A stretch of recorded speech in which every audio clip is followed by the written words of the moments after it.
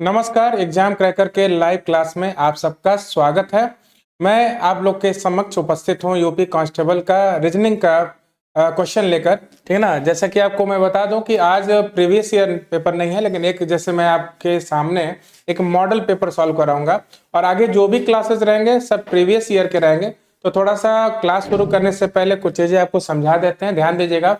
जैसे आप जान रहे हैं कि लगभग 33,000 पदों पर भर्ती निकली है, ठीक है, और 20 लाख से ऊपर फॉर्म अभी तक भरे जा चुके हैं। ठीक ना। मानना यह है कि 30 लाख तक जा सकता है फॉर्म का, है ना, फॉर्म की संख्या जा सकती है। ठीक है। तो आपको बता दें, कई लोग इस टेंशन में है कि भाई इतने फॉर्म भरे गए हैं, हम कैसे तैयारी करें, क्या किया जाए, कैसे किया जाए, है ना। तो आपको मैं बता दूं कि ज्यादा घबराने की जरूरत नहीं है। कई लोग तो ऐसे होते हैं, जान लीजिए देखा देखी फॉर्म भरते हैं कि हमारा मित्र भरा है फॉर्म तो हम भी फॉर्म भर देते हैं। ठीक है। और कुछ लोग ऐसे, मतलब कुछ लोग दिखावे में करते हैं, कुछ लोग मित्र के कहने पर भर देते हैं, कुछ लोग ऐसे होते हैं कि फॉर्म तो भर दिया, पढ़ाई लिखाई कुछ नहीं करते। ठीक ना। तो आपको ज्यादा सीरियस होने की जरूरत नहीं है, आप लोग बस अपना पढ़ाई करिए। ठीक ना। और जहां तक आपको बता दूं, एक अनुमान के तहत बता दें तो कम से कम समझ लीजिए कि एक सीट पर 90 लोगों की लड़ाई होगी, और समझ लीजिए 90 लोगों में से सीरियस वाले बहुत कम लोग होंगे। ठीक ना। तो आप सभी लोग क्लास से जुड़ जाइए। जो भी क्लासेस चलेंगे बहुत बेहतर तरीके से चलेंगे। मैथ्स का भी क्लास मैं शुरू करूंगा, यूपीपी कांस्टेबल का। ठीक है ना। लेकिन सबसे पहले मैं आप शुरू करता हूं रीजनिंग का क्लास। रीजनिंग के क्लास से सभी लोग जुड़ जाएं। क्लास को ज्यादा से ज्यादा संख्या में शेयर कर दीजिए, जिससे हमको भी पढ़ाने में काफी उत्साह मिलेगा, और आप भी पढ़ेंगे तो आपको जरूर लाभ होगा। ठीक ना। तो चलिए बढ़ते हैं। रीजनिंग के जो क्वेश्चन है ध्यान देते हैं यहाँ पे। सबसे पहले देखिए यहाँ पे, निम्नलिखित में से कौन सा रेखा चित्र किताब, पृष्ठ, पैराग्राफ के बीच संबंध दर्शाता है। ठीक ना। तो पूछ रहा है कि निम्नलिखित में से कौन सा रेखा चित्र किताब, पृष्ठ और पैराग्राफ। तो आप अच्छी तरह जानते हैं कि जो किताब होती है, ठीक ना, ध्यान दीजिएगा कि जो किताब होता है, किताब में आप अच्छी तरह जानते हैं किताब में पृष्ठ होता है, ठीक ना, जिसको हम पेज बोलते हैं। ठीक ना। और पेज के अंदर क्या होता है बताइए। पेज के अंदर कुछ लिखेंगे, मान ली पैराग्राफ होता है, उसमें क्या होता है बताइए, पैराग्राफ। ठीक है।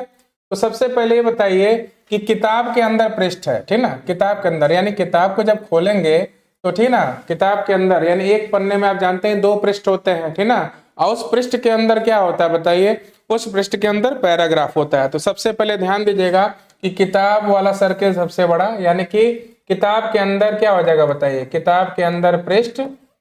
ठीक है। किताब के अंदर क्या हो जाएगा बताइए, पृष्ठ, और पृष्ठ के अंदर क्या आ जाएगा बताइए, पैराग्राफ। यानी कौन सा होगा फिगर आपका, फिगर हो जाएगा इसका पहले नंबर का ऑप्शन नंबर ए। आंसर क्या हो जाएगा बताइए, ऑप्शन नंबर ए। तो जैसा कि आपने देखा, ये आपका वेन डायग्राम पे स्थित था, यानी सबसे बड़ा समूह किताब वाला है, यानी जो समुच्चय है उसके अंदर पृष्ठ होगा, फिर उसके अंदर पैराग्राफ, यानी पहले नंबर क्वेश्चन का ऑप्शन नंबर ए आंसर होगा। ठीक है।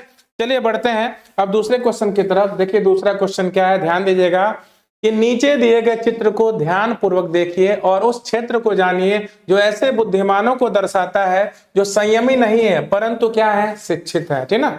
जो संयमी नहीं है लेकिन क्या है बताइए, शिक्षित है। तो सबसे पहले ध्यान दीजिए कि ये वाला जो सर्किल है, ध्यान दीजिएगा, ये वाला जो सर्किल है बुद्धिमान को दिखा रहा है। किसको दिखा रहा है बताइए, बुद्धिमान को। ठीक है। ये सर्किल जो है शिक्षित को शो करता है, यानी इस समूह में शिक्षित लोग हैं, यानी इस समुच्चय में। ठीक ना। और यहाँ ध्यान दीजिए, यहाँ पर कौन है बताइए, संयमी लोग हैं। कौन से लोग हैं बताइए, संयमी, यानी इस वृत्त में संयमी लोग हैं। ठीक। अगर हम बात करें, देखिए इस सर्किल के अंदर ये जो एक है, एक वाला केवल बुद्धिमान को शो करता है, यानी कि एक ऐसा व्यक्ति है जो केवल बुद्धिमान है। 4 जो शो करता है केवल शिक्षित को, या 7 जो है केवल संयमी को प्रदर्शित करता है। 3 की बात करें तो तीनों में है, ठीक ना, 3 ऐसे व्यक्तियों को शो करता है जो बुद्धिमान भी हैं, शिक्षित भी हैं और संयमी हैं। ठीक है। 6 की बात करते हैं, 6 किसको दिखाता है, 6 बुद्धिमान और संयमी को दिखाता है जो कि शिक्षित नहीं है। 5 की बात करें, 5 शिक्षित वाले सर्किल में है, संयमी वाले सर्किल में है, लेकिन बुद्धिमान में नहीं है। इसका मतलब 5 जो है शिक्षित है, संयमी है, लेकिन बुद्धिमान नहीं है। लेकिन यहाँ पर क्या पूछा है, ऐसे बुद्धिमानों को दर्शाता है जो संयमी नहीं है परंतु शिक्षित है। तो हमको ऐसी संख्या ढूंढनी है, ध्यान दीजिएगा, जो बुद्धिमान में हो, शिक्षित में हो, संयमी में ना हो। ठीक है। तो चलिए ध्यान देते हैं यहाँ पे कि जो बुद्धिमान में हो और किसमें हो, शिक्षित में हो। तो देखिए यहाँ पे दो जो है यहाँ पे संख्या किसमें है बताइए, बुद्धिमान में है, शिक्षित में है, लेकिन संयमी में नहीं है। तो यहाँ हमारा आंसर क्या हो जाएगा बताइए, 2 हो जाएगा। आंसर हो जाएगा आपका ऑप्शन नंबर बी। तो जैसा कि आपने देखा इसका आंसर हो जाएगा बताइए ऑप्शन नंबर बी। ठीक है, नीलम यादव जुड़ गई हैं, गुड आफ्टरनून, खूब खुश रहिए। क्लास को नीलम ज्यादा से ज्यादा संख्या में शेयर कर दीजिए। ठीक है, तो चलिए देखते हैं अगले क्वेश्चन की तरफ। अगला क्वेश्चन क्या है देखिए यहाँ पे, सबसे पहले देखिए यहाँ पे दी गई आकृति में त्रिभुज सांसदों को दर्शाता है, वर्ग मंत्रियों को दर्शाता है और वृत्त जो है महिलाओं को दर्शाता है। कौन सा भाग ऐसे सांसदों को दर्शाता है जो मंत्री भी है और महिलाएं भी। मतलब ये हुआ कि हमको ऐसा अक्षर ढूंढना है जो सांसद वाले फिगर में भी आ जाए, मंत्री वाले फिगर में भी आ जाए और महिलाओं वाले फिगर में भी आ जाए। ठीक ना। तो सबसे पहले ध्यान दीजिए, ये जो ट्रायंगल है देखिएगा, ट्रायंगल के अंदर ई भी है, एफ भी है, बी भी है, यानी कि ये ट्रायंगल वाला जो है किसको दिखा रहा है बताइए, सांसदों को। किसको दिखा रहा है, सांसदों को। ठीक है, ये जो वर्ग है ध्यान दीजिएगा, वर्ग किसको दिखा रहा है बताइए, मंत्रियों को दिखा रहा है। ठीक है, अब ध्यान दीजिए ये जो वृत्त है किसको शो कर रहा है बताइए, महिलाओं को। ठीक है, तो यहाँ पर पूछा ये है कि दी गई आकृति में त्रिभुज सांसदों को, वर्ग मंत्रियों को और वृत्त महिलाओं को, हमको ऐसा भाग चुनना है जो तीनों में आए। तो ऐसा कौन सा अक्षर है जो तीनों में आ रहा है, यफ ऐसा अक्षर है जो तीनों फिगर में आ रहा है, यानी यफ ऐसा भाग है, भाग को शो कर रहा है जो सांसद भी है, महिलाएं भी है और क्या बताइए, मंत्री भी है। तो इसका आंसर हो जाएगा आपका ऑप्शन नंबर ए। तो तीसरे का आंसर हो गया ऑप्शन नंबर ए। तो जैसा कि आपने देखा सारी चीजें आपको क्लियर हो गई। अंकित यादव जुड़े हैं, हेलो, कैसे हैं आप अंकित जी? क्लास को ज्यादा से ज्यादा संख्या में शेयर करिए, ठीक है ना। रीजनिंग का बहुत ही इंपॉर्टेंट सेशन चल रहा है, यूपीपी कांस्टेबल का। चलिए सभी लोग ध्यान दीजिएगा यहाँ पे, देखिए अब ये बहुत ही बेहतरीन क्वेश्चन है, ध्यान दीजिएगा कि निम्नलिखित जानकारी पढ़कर दिए गए सवाल का जवाब दें। एक प्रतिष्ठित कंपनी में चयन होने के लिए निम्नलिखित शर्तें हैं, उम्मीदवार के पास निम्नलिखित अवश्य होना चाहिए। तो सबसे पहले ध्यान दीजिएगा, इस चैप्टर को हम बोलते हैं डिसीजन मेकिंग। क्या बोलते हैं, डिसीजन मेकिंग। यहाँ पर निर्णय लिया जाता है, ठीक है ना। कि अब देखिए जैसे कहीं चयन होता है ना, कहीं आपका सिलेक्शन होता है तो वहां पे जो अर्हताएं होती हैं, ठीक ना, कुछ आप उनको क्वालिटी चाहिए कंपनी को, तो वो क्वालिटीज यहाँ पे हैं। सबसे पहले ध्यान दीजिएगा कि 10वीं और 12वीं कक्षा दोनों में कम से कम 75% प्राप्तांक होना चाहिए। यानी कि जिसको भी कंपनी में चुना जाएगा, प्रतिष्ठित कंपनी में, उसका 10वीं और 12वीं में कितना प्राप्तांक होना चाहिए, 75%। ठीक है, यांत्रिक या सिविल इंजीनियरिंग में कितना होना चाहिए बताइए, 70% प्राप्तांक होने चाहिए, ठीक ना।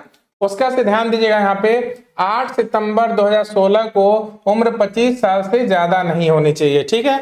अब ध्यान दीजिए चयन परीक्षा कम से कम 60% अंकों के साथ उत्तीर्ण होना चाहिए, ठीक है। यानी कि जो चयन परीक्षा होगा, यानी सिलेक्शन के लिए जो एग्जाम क्रिएट किया जाएगा, ठीक है ना, वो कितने अंकों का होना चाहिए, 60% अंकों के साथ उत्तीर्ण होना चाहिए, ठीक है।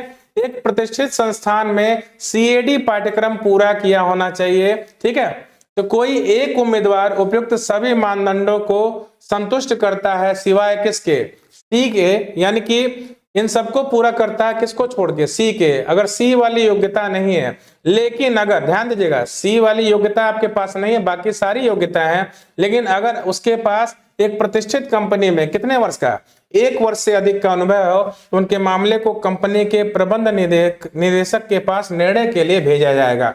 मतलब ये हुआ कि आपके पास सारी योग्यताएं हैं और ये सी वाली यानी 25 साल जो उम्र वाला, देखिए यहाँ पे दिया है सिवाय किसके, सिवाय ऑप्शन नंबर सी के, ठीक ना।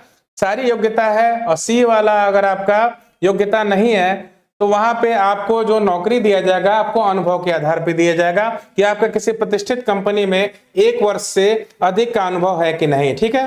फिर ध्यान दीजिए कि दूसरा वाला ध्यान दीजिएगा कि अगर ई वाला आपके पास योग्यता नहीं है, अगर आपने सीएडी पाठ्यक्रम नहीं पूरा किया है, लेकिन कम से कम 30,000 रुपए की राशि का भुगतान करने को तैयार है, यानी 30,000 आप देने को तैयार हैं और स्नातक स्तर में कम से कम 75% अंक प्राप्त किए हैं, तो उनके मामले को कंपनी के अध्यक्ष के पास निर्णय के लिए भेजा जाएगा। यानी इनकी नौकरी, ध्यान दीजिएगा ये जो पहला कंडीशन है, यहाँ पर नौकरी का अधिकार किसको होगा, प्रबंध निदेशक को, ठीक ना, मैनेजिंग डायरेक्टर को। और यहाँ ध्यान दीजिएगा इस मामले में ये बताइए कंपनी का अध्यक्ष सिलेक्शन कर सकता है, ठीक ना, तो कुछ विशेष कंडीशंस है, ठीक है।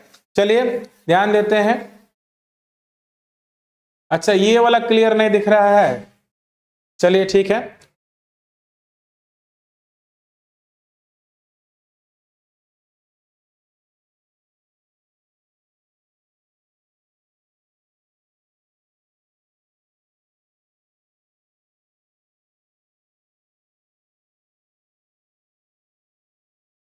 क्या आप क्लियर है आप लोग को? चलिए देखते हैं, ध्यान देते हैं। चलिए तो ये सारी चीजें हमने आपको बताया, ठीक है, ये सारे मैटर दिए हैं कि मतलब किसी प्रतिष्ठित कंपनी में चयन होने के लिए क्या क्या शर्तें हैं, ठीक है।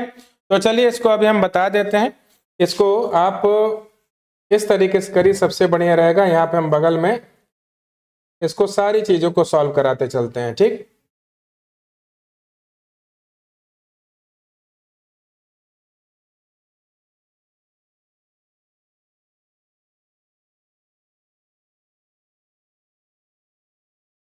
देखिए तो सबसे पहले हम क्या करते हैं, आप एक चार्ट बना लेते हैं।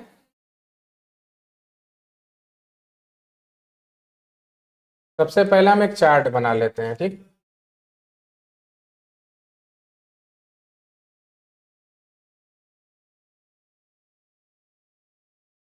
तो देखिए यहाँ पे सबसे पहले यहाँ पर कौन है बताइए, नताशा है। कौन है बताइए? नताशा। नताशा की बात करते हैं, ठीक है। और यहाँ पर योग्यताएं जो होती है उसको हम देख लेते हैं, क्या क्या योग्यताएं चाहिए उसको हम ध्यान देते हैं। तो सबसे पहले ध्यान दीजिएगा कि 10वीं और 12वीं में, किसमें बताइए, 10वीं में और 12वीं में, 10वीं में और 12वीं में कितना अंक होना चाहिए? 75% अंक होना चाहिए, ठीक है। अब ध्यान दीजिए यांत्रिक या सिविल इंजीनियरिंग में 70% प्राप्तांक होना चाहिए। यांत्रिक में और किसमें बताइए? सिविल इंजीनियरिंग में। सिविल इंजीनियरिंग में मार्क्स कितने होने चाहिए बताइए? 70%, ठीक है। अब ध्यान दीजिएगा कि 8 सितंबर 2016 को उम्र 25 साल होनी चाहिए, यानी 8 सितंबर 2016 को उम्र कितना होना चाहिए बताइए? 25 साल, ठीक है। अब ध्यान दीजिएगा यहाँ पे कि चयन परीक्षा में कम से कम 60% अंक होने चाहिए, ठीक ना। तो चयन परीक्षा में कितने होने चाहिए बताइए? चयन परीक्षा में 60% अंक होने चाहिए, ठीक, 60% अंक। और यहाँ पर ध्यान दीजिए कि एक प्रतिष्ठित संस्थान में सीएडी पाठ्यक्रम किया हो। कौन सा पाठ्यक्रम किया हो? एक प्रतिष्ठित संस्थान में कौन सा कोर्स किया हो बताइए? सीएडी का कोर्स किया हो। तो चलिए सबसे पहले हम देखते हैं इसका बताइए यहाँ पे नताशा के बारे में कि नताशा के अंदर कौन कौन सी योग्यताएं हैं, ठीक है ना। नताशा के अंदर कौन कौन सी योग्यताएं उनको देख लेते हैं। तो सबसे पहले ध्यान दीजिएगा कि नताशा ने 10वीं और 12वीं कक्षा में 80% अंक प्राप्त किए। और अंक कितना चाहिए बताइए? 75% चाहिए, ठीक है। तो चलिए ये योग्यता रखती हैं, ये 12वीं में 10वीं 12वीं में 80 पाई है और होना कितना चाहिए बताइए? 75% अंक। इनकी योग्यता तो है, ठीक है। अब ध्यान दीजिएगा कि 75% अंकों के साथ सिविल इंजीनियरिंग पूरा किया, ठीक ना, और सिविल इंजीनियरिंग में 70% चाहिए, इन्होंने कितना पाया? 75% पाया। तो ये भी योग्यता इनकी है, ठीक है। फिर बोला ये है कि उनकी जन्म तिथि क्या है बताइए? 8/2/1992 है। कितना बताइए? 8/2/1992 या 8 फरवरी 1992 है। तो सबसे पहले ध्यान दीजिएगा कि 2016 को उम्र कितना होना चाहिए? उम्र होना चाहिए 25 वर्ष। कितना उम्र होना चाहिए बताइए? 25 वर्ष होना चाहिए। तो सबसे पहले ध्यान दीजिएगा यहाँ पे, यहाँ पर 92 है, 92 में हम कितना जोड़ दें? 92 में हम 8 जोड़ देते हैं। तो देखिए यहाँ पे 1992, तो 8 जोड़ दे, सन 2000 हो गया, ठीक है। और 16 साल और, ठीक है। तो ये बताइए यानी कि उम्र तो है उनका टोटल, ठीक ना, 16 8 कितना बताइए? 24 साल की है, ठीक ना। तो 24 साल की है, तो ये भी योग्यता है। अब ध्यान दीजिएगा कि उन्होंने चयन परीक्षा में 60% अंक प्राप्त किए हैं। कितने परसेंट अंक प्राप्त किए हैं? 60%। ये भी योग्यता इनके अंदर है। अब ध्यान दीजिएगा कि उन्होंने कहीं सीएडी का जिक्र नहीं किया है कि उन्होंने सीएडी किया है, सीएडी पाठ्यक्रम उन्होंने पूरा किया है, ऐसा कोई जिक्र नहीं है। तो 10वीं 12वीं में 80% था, यानी 75% वाली योग्यता से अधिक था। सिविल इंजीनियरिंग में कितना है बताइए? 70% चाहिए, इन्होंने 75 पाया है, बहुत ही उत्तम है। फिर जन्म तिथि 1992 है ना, और 2016 को कितना होना चाहिए, 25 वर्ष होना चाहिए। तो 1992 से सन 2000 के लिए 8 साल हुए और 16 साल और 16 8 वो 24 साल के लगभग है, 24 साल कुछ महीने के करीब हो जाएंगे। तो यानी कि वो भी उम्र है। और चयन के लिए कितना चाहिए बताइए, 60%। 60% उन्होंने पाया भी है, लेकिन सीएडी वाली योग्यता नहीं है। कौन सी योग्यता नहीं है बताइए, सीएडी वाली योग्यता नहीं है। तो सीएडी वाली योग्यता का मतलब क्या है बताइए, सीएडी वाली योग्यता यानी कि यहाँ ध्यान दीजिएगा, यहाँ पे जो ई वाला ऑप्शन है, एक प्रतिष्ठित संस्थान में सीएडी पाठ्यक्रम पूरा किया होना चाहिए, ठीक ना। और कोई एक उम्मीदवार उपयुक्त सभी मानदंडों को क्या करता है, संतुष्ट करता है, सिवाय। तो ध्यान दीजिए यहाँ पे इनके अंदर ए वाली योग्यता है, बी वाली है, सी वाली है, डी वाली है, ई वाली नहीं है। इनके चयन पे क्या होगा, इनके चयन पे पाबंदी लग सकती है, लेकिन यहाँ पर पुनर्विचार कौन करेगा। देखिए ध्यान दीजिएगा, यहाँ पे साफ साफ दिया दूसरा वाला कंडीशन कि ई के अलावा, ई वाली योग्यता नहीं है, ये बाकी योग्यताएं हैं, लेकिन कम से कम 30,000 रुपए की राशि का भुगतान करने को वो तैयार है। ये ध्यान दीजिए यहाँ पे कि नताशा 30,000 क्या, वो 35,000 रुपए की राशि भुगतान करने को तैयार है। तो ध्यान दीजिएगा कि उनका मामला किसके पास जाएगा, कंपनी के अध्यक्ष के पास जाएगा। और स्नातक में कितना होना चाहिए बताइए, स्नातक में होना चाहिए 75%, ठीक है, वो सारी चीजें सही है। तो ध्यान दीजिएगा यहाँ पर क्या करेंगे, मामले को किसके पास भेजा जाएगा बताइए, मामले को अध्यक्ष के पास भेजा जाएगा, ठीक ना। तो यानी उनके अंदर दोनों योग्यताएं हैं, 30,000 रुपए से अधिक की राशि है और स्नातक में 75% है, 75% उन्होंने सिविल इंजीनियरिंग से किया भी है, ग्रेजुएशन, ठीक है। तो मामले को किसके पास भेजा जाएगा, देखिए यहाँ पे, यहाँ पर जो मामला है, नहीं सॉरी यहाँ पे ऊपर है, लेकिन कम से कम 30,000 रुपए की राशि का भुगतान, यहाँ तो 35,000 उससे भी बेहतर है। और स्नातक में 75% अंक है, वो भी सही है, 75% है सिविल इंजीनियरिंग में। तो उनके मामले को हम भेजेंगे कंपनी के अध्यक्ष के पास। किसके पास भेजा जाएगा, कंपनी के अध्यक्ष के पास। इसका आंसर हो जाएगा ऑप्शन नंबर बी। यानी कि ई वाली योग्यता नहीं है, तो उनका नौकरी होगा कि नहीं होगा उसका विचार कौन करेगा, उसका विचार कंपनी का अध्यक्ष करेगा, ठीक ना। तो चौथे नंबर वाले क्वेश्चन का आंसर हो गया ऑप्शन नंबर बी, ठीक है। चलिए अब बढ़ते हैं अगले क्वेश्चन की तरफ। अगला क्वेश्चन क्या है, ध्यान दीजिएगा यहाँ पे, ठीक है।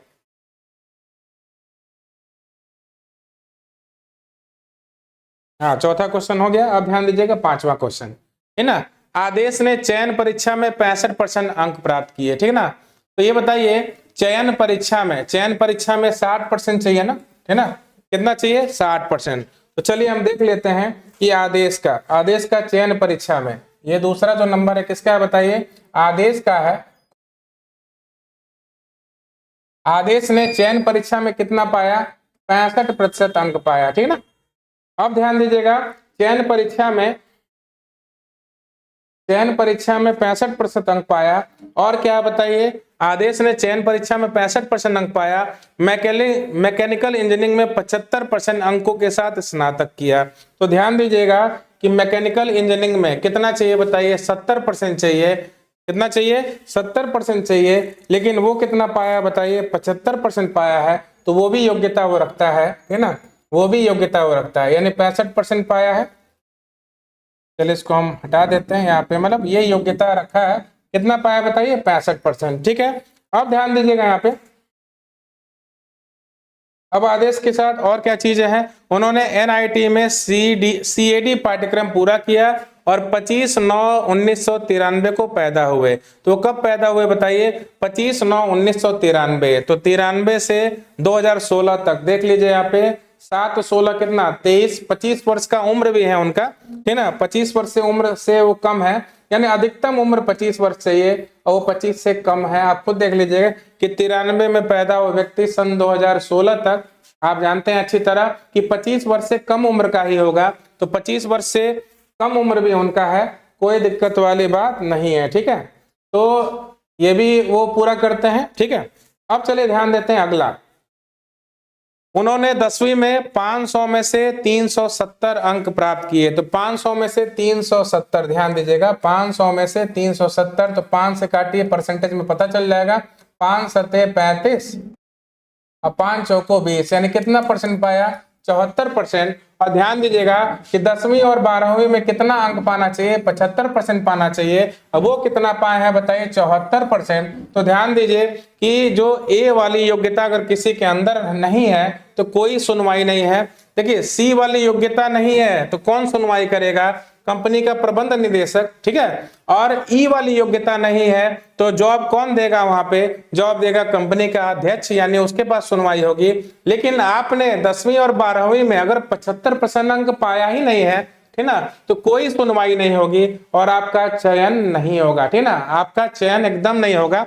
तो चलिए ध्यान देते हैं, तो यहाँ पर आंसर क्या हो जाएगा, ठीक है ना, या तो उम्मीदवार का चयन नहीं होना है या दी गई जानकारी अपर्याप्त है। यहाँ पे आंसर क्या हो जाएगा बताइए, ऑप्शन नंबर सी। यहाँ आंसर क्या हो जाएगा बताइए, ऑप्शन नंबर सी, या तो उम्मीदवार का चयन नहीं होना है या तो दी गई जानकारी क्या है, अपर्याप्त है। चलिए बढ़ते हैं, अगला व्यक्ति कौन है, ध्यान दीजिएगा।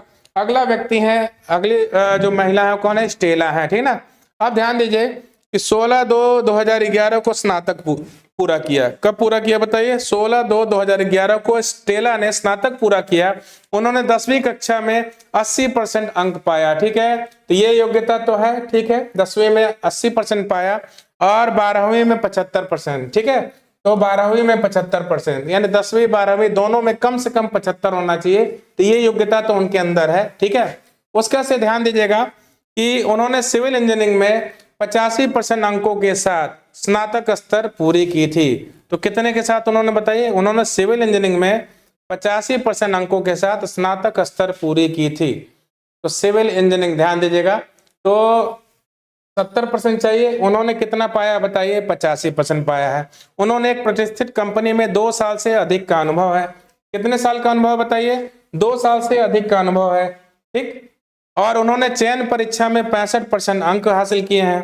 चयन परीक्षा में कितना अंक हासिल किया बताइए, 65%, यानी ये भी सही है, ठीक है। अब ध्यान दीजिएगा इसमें क्या क्या चीजें सही है।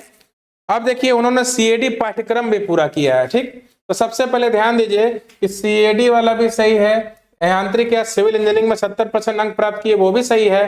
चयन परीक्षा में कम से कम 60% अंक होने चाहिए, ये भी सही है। 10वीं 12वीं में दोनों में कम से कम 75% अंक होने चाहिए, ये भी सही है, ठीक ना। बस क्या नहीं है देखिए, वो 25 साल से ज्यादा नहीं होने चाहिए, और ये लग रहा है कि 25 साल से अधिक है, क्योंकि वहां पर साफ साफ दिया है कि उनकी स्नातक स्तर की पढ़ाई पूरा होने के समय में वो 21 वर्ष के थे। तो बताइए स्नातक की पढ़ाई जब पूरा हुई थी तो कौन सा सन था बताइए, 2011। 2011 में वो कितने साल के हैं बताइए, 21 साल के। आप खुद बताइए, 2011 में अगर वो 21 साल के हैं तो 2016 की बात करते हैं, ये बताइए 5 साल का डिफरेंस है, 21 5 कितना हो जाएगा बताइए, 26, ठीक ना। यानी वो कितने उम्र के हो जाएंगे बताइए, 26 के करीब हो जाएंगे, एग्जैक्ट 26 नहीं, एक मान लिया जाता है, कितने करीब हो जाएंगे बताइए, 26 के। तो ये उम्र वाली योग्यता नहीं है, यानी कि सी वाली योग्यता नहीं है, और सी वाली योग्यता नहीं है तो मामला किसके पास जाएगा, देखिए ध्यान दीजिएगा कि अनुभव चाहिए 1 वर्ष का, और यहाँ पर अनुभव कितने साल का है बताइए, 2 साल से अधिक का है। कितने साल का बताइए, 2 साल से अधिक का अनुभव है। तो इसलिए यहाँ पे देखिए, यहाँ अनुभव 1 ही वर्ष का चाहिए था और इनके पास तो 2 वर्ष का अनुभव है, बहुत ही बढ़िया, ध्यान दीजिएगा। तो इसलिए ये जो मामला जाएगा किसके पास जाएगा बताइए, कंपनी के प्रबंध निदेशक के पास। किसके पास जाएगा, कंपनी के प्रबंध निदेशक के पास, ठीक ना। तो यहाँ पे मामले को प्रबंध निदेशक के पास भेजा जाएगा, ठीक है ना। तो आपने सारी चीजों को समझ लिया होगा, ठीक ना, उम्मीद करते हैं सारी चीजें आपको क्लियर होंगी, ठीक है। तो अंकित यादव ने ऑप्शन नंबर सी, अच्छा नीलम यादव ने बोला आप सब सही है, चलिए बहुत बढ़िया। चलिए तो क्लास को आप सभी लोग क्लास से सभी लोग आप ज्यादा से ज्यादा संख्या में जुड़े रहें, ठीक है। और जो भी क्वेश्चन बताए जाएंगे बहुत ही बेहतरीन बताए जाएंगे, ठीक है। एक एक क्वेश्चन को मैं विधिवत सॉल्व कराऊंगा, कहीं से कोई कंफ्यूजन नहीं क्रिएट होगा, ठीक है। तो चलिए बढ़ते हैं अगले क्वेश्चन पे। डिसीजन मेकिंग के तीनों क्वेश्चन हो गए, बहुत ही बेहतर तरीके से सारी चीजों को बताए गए। चलिए अगला क्वेश्चन देखते हैं किस तरह का है। देखिए नीचे प्रश्न में 2 कथन और उसके बाद निष्कर्ष दिए गए हैं। आपको कथनों में दी गई सभी बातों को सत्य मानना है, फिर सभी निष्कर्षों पर एक साथ विचार करना है और निर्णय लेना है कि उनमें से कौन सा या से निष्कर्ष कथनों में दी गई जानकारी से उचित संदेह से परे तार्किक रूप से अनुसरण करता है, ठीक ना। यही क्वेश्चन है। तो सबसे पहले ध्यान दीजिएगा। चलिए तो लग रहा है किसी का आंसर आ गया। अंकित यादव ने आंसर दिया ऑप्शन नंबर सी, बहुत ही बेहतरीन, बहुत ही लाजवाब। तो चलिए एक बार हम फिगर बना के भी चेक कर लेते हैं। देखिए, अच्छा अंकित यार तो ने सी बोला है ना, तो निष्कर्ष एक ना ही दो। चलिए देखते हैं। सभी लड़के क्या है बताइए, शेर है। ठीक है, सभी लड़के जो हैं शेर है। ठीक है, तो अक्सर आप देखते हैं कि सभी लड़के अपने आप को शेर मानते हैं, ठीक ना। और यहाँ पर दे भी दिया है कि सभी लड़के क्या है बताइए, शेर है। सभी लड़के शेर है, बड़ा गर्व महसूस होता होगा, ठीक ना, जब हमने बोला सभी लड़के शेर है। ठीक है, तो चलिए देखते हैं। तो सभी लड़के शेर है और कोई बस लड़का नहीं है। ध्यान दीजिएगा, कोई बस लड़का नहीं है।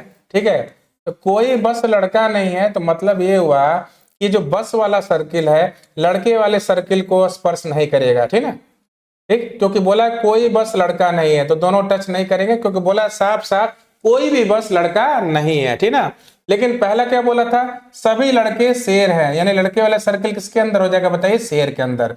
लेकिन एक चीज बताइए, पाबंदी किसके लिए है, कोई बस लड़का नहीं है। ठीक ना, तो लड़का नहीं हो सकता, शेर तो हो सकता है ना, शेर वाले को कट कर सकता है। एक फिगर और बना सकते हैं। ठीक है, तो देखिए यहाँ पे लड़का, ठीक, यहाँ पर शेर, ठीक, कोई बस लड़का नहीं है, शेर तो हो सकता है ना। ठीक, इस फिगर में भी हम बोल सकते हैं कि कोई बस लड़का नहीं है।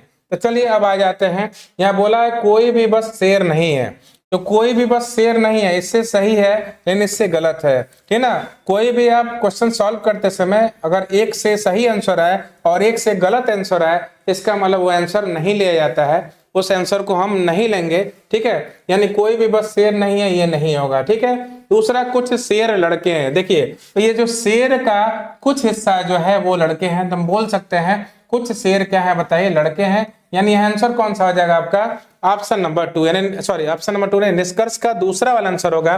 और दूसरा वाला किस में है बताइए, निष्कर्ष 2 अनुसरण करता है।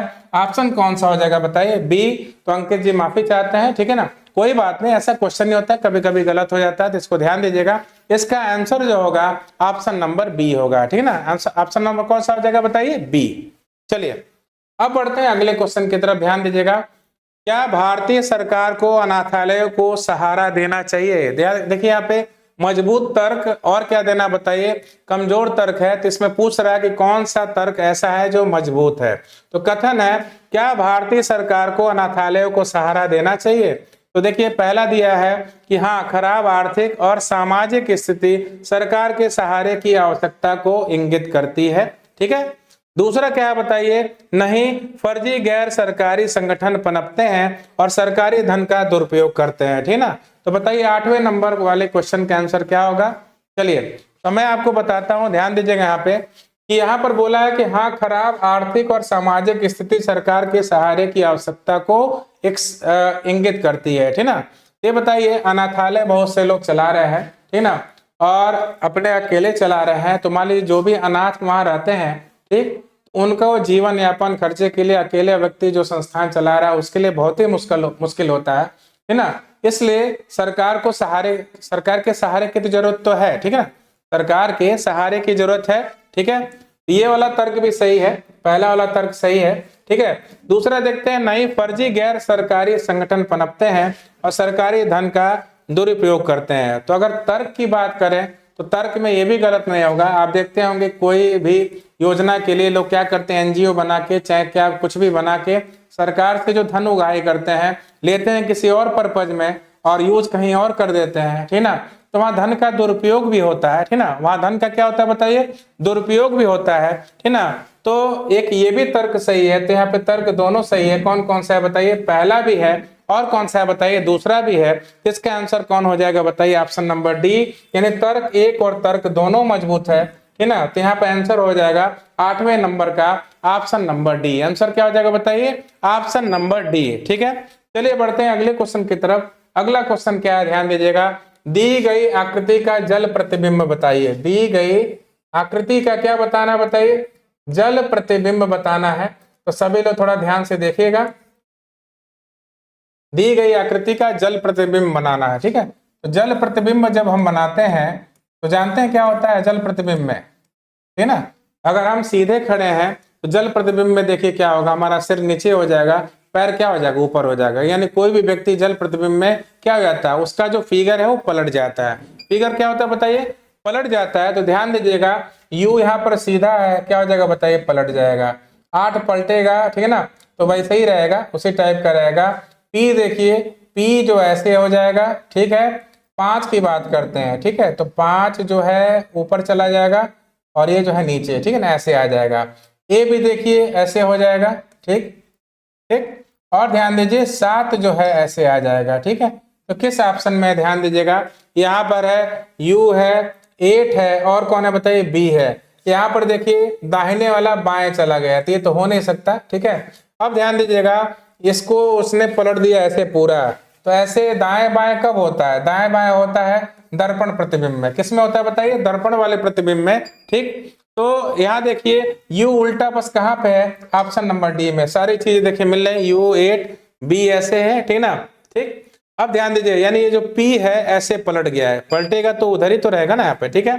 अब ध्यान दीजिए यहाँ पे ये 5 ऐसे हो गया, a ऐसे हो गया, 7 हो गया। आंसर कौन सा हो जाएगा बताइए, ऑप्शन नंबर डी। आंसर कौन सा हो जाएगा बताइए, ऑप्शन नंबर डी। तो आप सभी लोग अच्छी तरह समझ गए होंगे 9वें नंबर क्वेश्चन का आंसर क्या हो जाएगा बताइए, ऑप्शन नंबर डी। हाँ चलिए, बहुत बढ़िया अंकित जी, आपने आंसर दिया ऑप्शन नंबर डी, बहुत ही बेहतरीन। चलिए बढ़ते हैं अगले क्वेश्चन की तरफ, ठीक ना, बहुत ही मजेदार मजेदार क्वेश्चन है। अब देखिए, दी गई आकृति का दर्पण प्रतिबिंब बताइए। तो आपसे मैं बता दूं कि यहाँ पर जो होता है, ये जो अक्षर जिसके नजदीक होता है वहीं पे क्या होता है बताइए, पलट जाएगा। तो ध्यान दीजिएगा यहाँ पे कैसे शुरू करेंगे, यच यहाँ पे है तो यच यहीं पर होगा, ध्यान दीजिएगा, ठीक है। फिर क्या होगा, ये जो के है क्या होगा, पलट जाएगा। तो के पलटेगा तो कैसे हो जाएगा बताइए, के का दाहिने मुंह है, इधर हो जाएगा, ठीक। अब ध्यान दीजिए 7 जो है ऐसे हो जाएगा। 6 की अगर बात करें तो 6 इधर मुंह है ना, तो 6 का मुंह इधर हो जाएगा। जी का मुंह इधर है, तो देखिए यहाँ पे जी का भी मुंह क्या हो जाएगा, जी का भी मुंह इधर हो जाएगा, ठीक है। अब ध्यान दीजिए आई है, फिर ध्यान दीजिए यहाँ पे टी, ठीक है।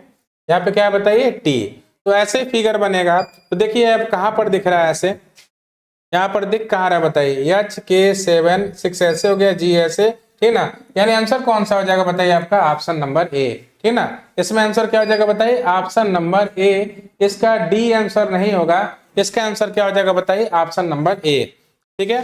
चलिए बढ़ते हैं अगले क्वेश्चन की तरफ। अगला क्वेश्चन क्या देखिए, संख्याओं के संयोजन का चयन कीजिए ताकि उसके अनुसार व्यवस्थित किए गए अक्षरों से एक अर्थपूर्ण शब्द बनाया जाए, ठीक ना। तो सबसे पहले ध्यान दीजिएगा कि 1 के लिए आई है, 2 के लिए कौन सा अक्षर है, ई है, 3 के लिए यन है, ध्यान दीजिएगा, और 4 के लिए क्या है, यस है, 5 के लिए क्या है यहाँ पे, ओ है, ठीक है। तो सबसे पहले यहाँ पे हम बनाते चलते हैं, कोई अर्थपूर्ण शब्द बन जाए।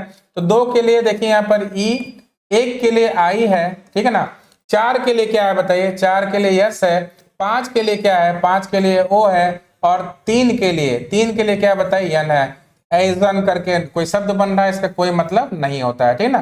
तो वैसे ही 4 1 2 3 5, तो 4 के लिए यस, 1 के लिए आई, 2 के लिए ध्यान दीजिएगा ई, है ना, और 3 के लिए क्या है बताइए, 3 के लिए यन, ठीक है, 5 के लिए ओ। तो ये भी नहीं बन रहा है, कोई अर्थपूर्ण शब्द नहीं बन रहा है। लेकिन यहाँ ध्यान दीजिए 3 5 1 4 2, तो तीसरा क्या है बताइए, यन, पांचवा क्या बताइए, ओ, ठीक ना। आई पहला वाला बताइए कौन सा हो जाएगा, आई हो जाएगा। चौथा बताइए यस होगा, दूसरा क्या हो जाएगा बताइए ई। तो नॉइज मतलब जानते ही है, नॉइज मतलब होता है शोर करना, ठीक ना। तो यहाँ पे आपका अर्थपूर्ण शब्द कौन सा बना, नॉइज बना। यानी कौन सा नंबर ऑप्शन आपका आंसर होगा, ऑप्शन नंबर सी हो जाएगा। आंसर कौन सा हो जाएगा बताइए, ऑप्शन नंबर सी। चलिए बहुत बढ़िया, अरुण कोई जुड़े हैं, ठीक है, बहुत बेहतरीन, ठीक है। तो किसका आंसर आपने दिया है, हमको लग रहा 10th वाले का दिया है, चलिए बढ़िया है। ये तो 11 वाले का आपका कौन सा हो जाएगा बताइए, ऑप्शन नंबर सी। तो नॉइज मतलब क्या होता है बताइए, नॉइज मतलब होता है शोर करना, इसका अर्थ निकल रहा है, आप सभी लोगों ने देखा, ठीक है ना। थोड़ा सा लाइट में व्यवधान आ गया है, ठीक है ना, बस हाँ बस कोई बात नहीं, चलिए देखते हैं यहाँ पे, थोड़ा सा सब्र करिए, बस स्टार्ट करते हैं क्लास को।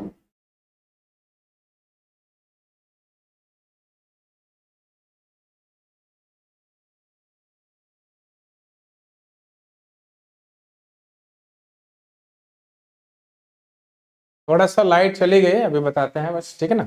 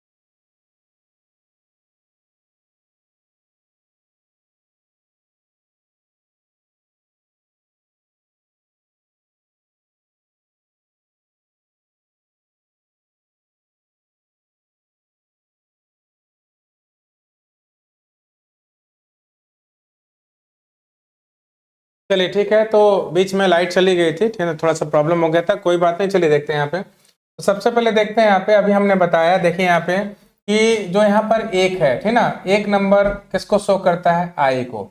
दो नंबर किसको शो करता है, ई को। तीन नंबर किसको शो करता है, एन को। चार नंबर किसको शो करता है, यस को। पांच नंबर शो करता है किसको, ओ को, ठीक ना। इसका मतलब ये हुआ कि इन संख्याओं की जगह हमको अक्षर रख देना है, ठीक है। तो तीन की जगह ध्यान दीजिएगा, तीन की जगह हमने क्या रखा, एन रखा। पांच की जगह क्या रख दिया, पांच की जगह ओ रख दिया। एक की जगह आई रखा, ठीक ना। चार की जगह देखिए, चार की जगह हमने यस रख दिया, और दो की जगह क्या रख दिया, ई, ठीक ना। तो ये बताइए, ये काम हमने ऊपर भी किया था, लेकिन कोई उसका अर्थ नहीं निकल रहा था। लेकिन जैसे हमने यहाँ पे रखा, तो नॉइज मतलब जानते ही शोर होता है, नॉइज मतलब क्या होता है, शोर। और वही पूछ रहा था कि बताइए कोई अगर अर्थपूर्ण शब्द बनता हो तो, ठीक ना। तो यहाँ पे अर्थपूर्ण शब्द किस वाले में बना बताइए, ऑप्शन नंबर सी में, ठीक ना। तो आपने देखा कि ऑप्शन नंबर सी में अर्थपूर्ण शब्द बना। चलिए